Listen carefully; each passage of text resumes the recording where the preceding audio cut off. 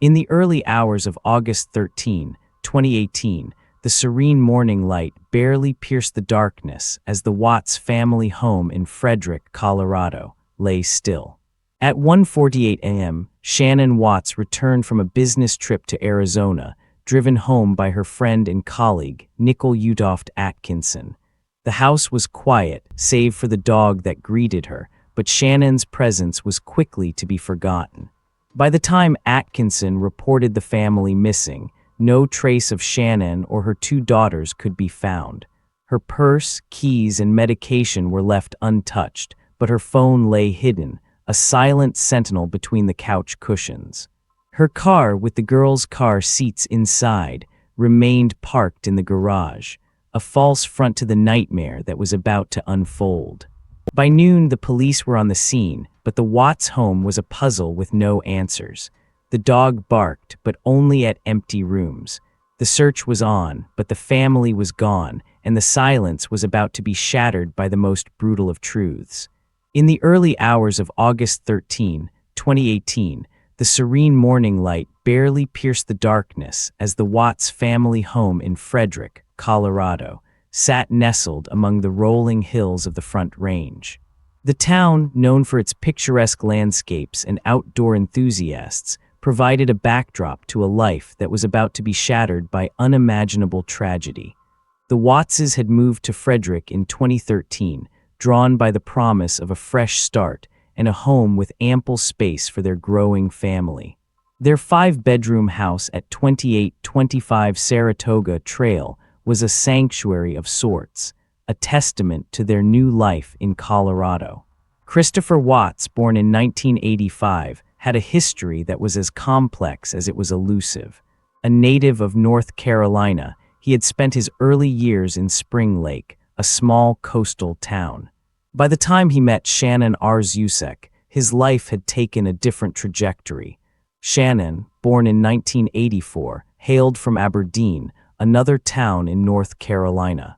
Their introduction came through the digital realm, via Facebook, and blossomed into a relationship that eventually led to marriage in 2012. The couple's home in Frederick was more than a place. It was a cradle for their dreams, a space where Bella and Celeste, born in 2013 and 2015 respectively, learned to walk, laugh, and grow. Their life in Frederick was a blend of the mundane and the extraordinary.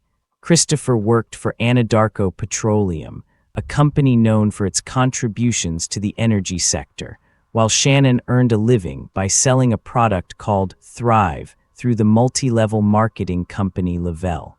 The family's financial situation was a matter of public record. They had filed for bankruptcy in 2015, a shadow that loomed over their seemingly idyllic existence.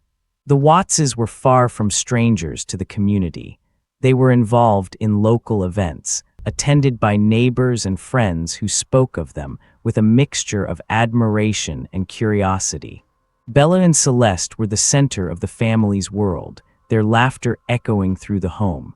Shannon's pregnancy with their third child, due in the fall, added another layer of anticipation to their lives.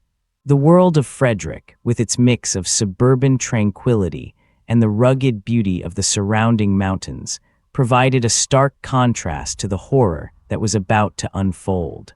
The early morning of August 13, 2018, marked the end of a normal day, but it would soon become the beginning of a nightmare for the Watts family and a mystery that would shock the nation. In the early hours of August 13, 2018, the serene morning light barely pierced the darkness as the Watts family home in Frederick, Colorado, lay quiet.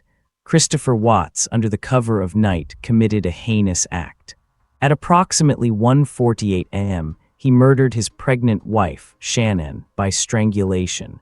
The next morning, Watts continued his brutal actions, suffocating their two young daughters, Bella and Celeste, and disposing of their bodies in a manner that would later shock the nation.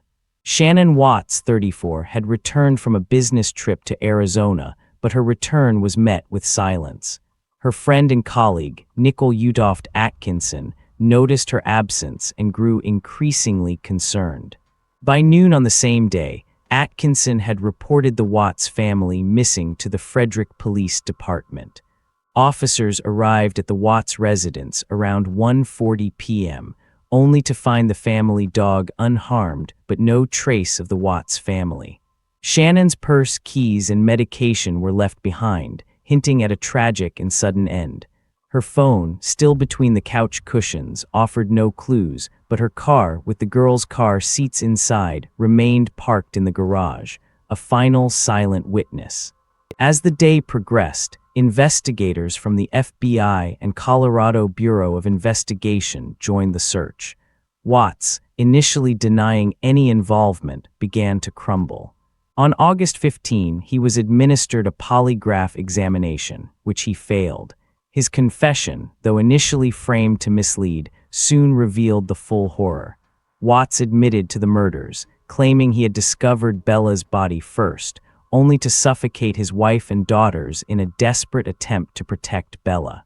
The truth, however, would later come to light, revealing a more calculated and cold-blooded act. Shanann Watts was buried in a shallow grave near an oil storage site, while her daughters were placed inside crude oil tanks, each with an opening only 8 inches in diameter. The meticulous nature of the disposal suggested a level of planning and control that left no room for doubt. Watts, now in the custody of law enforcement, would soon face the grim reality of his actions as the evidence mounted against him. The investigation, which had initially focused on a missing family, soon transformed into a search for justice.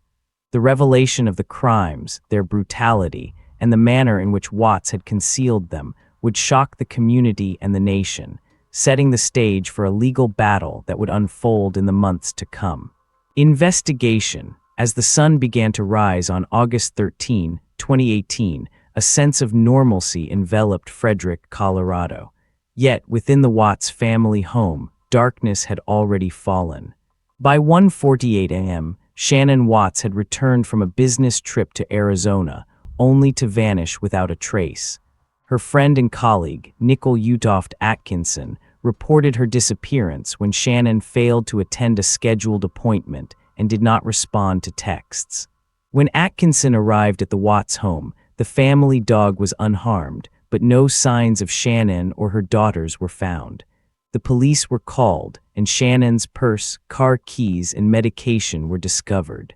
Her phone was later located under the couch cushions, and her car with the girls' car seats still inside remained in the garage.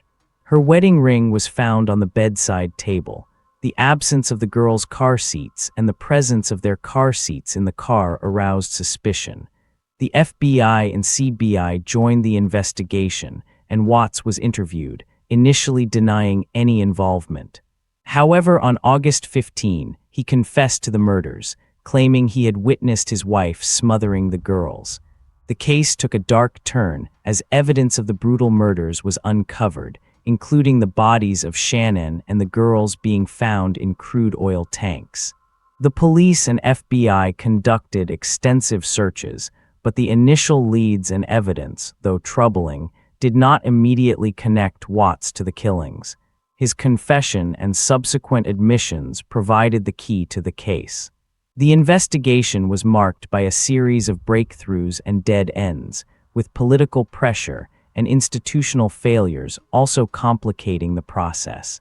The case of the Watts family murders remains a somber reminder of the complexities and challenges faced in true crime investigations. In the early hours of August 13, 2018, the serene morning light barely pierced the darkness as the Watts family home in Frederick, Colorado, lay quiet. Christopher Watts, the father and husband, had committed unspeakable acts of violence against his pregnant wife Shanann and their 2 young daughters. The theories surrounding Watts' motivations remain complex and multifaceted. Some believe Watts acted out of desperation, possibly due to financial strain and personal struggles. The Watts had filed for bankruptcy in 2015, and Shanann had recently been selling a multi-level marketing product from home, suggesting financial pressures. Others speculate that Watts was driven by jealousy or a need for control, given his history of domestic disputes and Shannon's recent efforts to distance herself from him.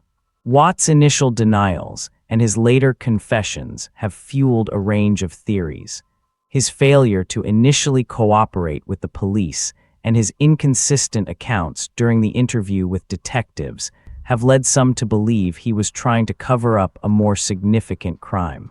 His admission that he had killed Shanann, but claimed to have witnessed the deaths of their daughters, adds layers of complexity, as it raises questions about his mental state and potential guilt. The evidence points to Watts' involvement, including the discovery of his wife's keys and medications in her purse, her phone in the living room, and her car seat still in the garage. However, the absence of DNA evidence linking him directly to the deaths of the girls, or the exact method of their deaths, has left gaps in the prosecution's case.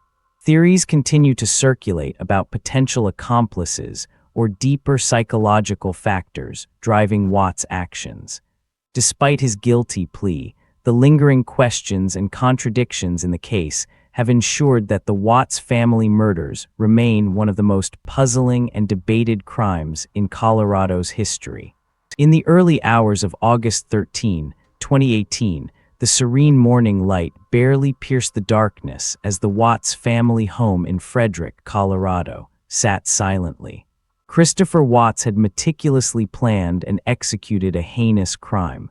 By strangulation, he took the life of his pregnant wife, Shanann, and suffocated their daughters, Bella and Celeste. The bodies of Shanann and the girls were disposed of in a crude manner, with Shanann buried in a shallow grave and the children placed inside oil tanks. In the weeks following the murders, Watts initially denied any involvement. However, on August 15, 2018, he confessed to detectives, admitting to the murders of Shanann and his daughters. He claimed he had witnessed Bella's death before acting upon his wife. On November 6, 2018, Watts pleaded guilty to multiple counts of first-degree murder, accepting 5 life terms without the possibility of parole, with 3 of those terms to be served consecutively. Since the case's resolution, no new confessions, witness testimonies, or DNA evidence have emerged. The precise circumstances of the girls' deaths remain unknown, as does the reason behind Watts's initial denial of involvement. The case remains a somber reminder of the unsolved mysteries that can linger even after a conviction. The Watts case, with its shocking brutality and intricate details, has left an indelible mark on the annals of true crime. It exposed the complexities of domestic violence and the devastating impact of a single individual's actions. The case also highlighted the challenges faced by law enforcement in such high-stress, time-sensitive investigations. While the outcome brought closure to the families involved, many questions remain unanswered. What led Christopher Watts to commit such acts? Were there warning signs that were overlooked or misunderstood? The Watts case continues to haunt investigators and serves as a stark reminder of the importance of vigilance and empathy in the pursuit of justice. If this case gripped you, there are dozens more waiting in the criminal archive. Every week, we uncover new stories that history tried to forget. Subscribe now and never miss a case. The truth is out there, and we will find it together.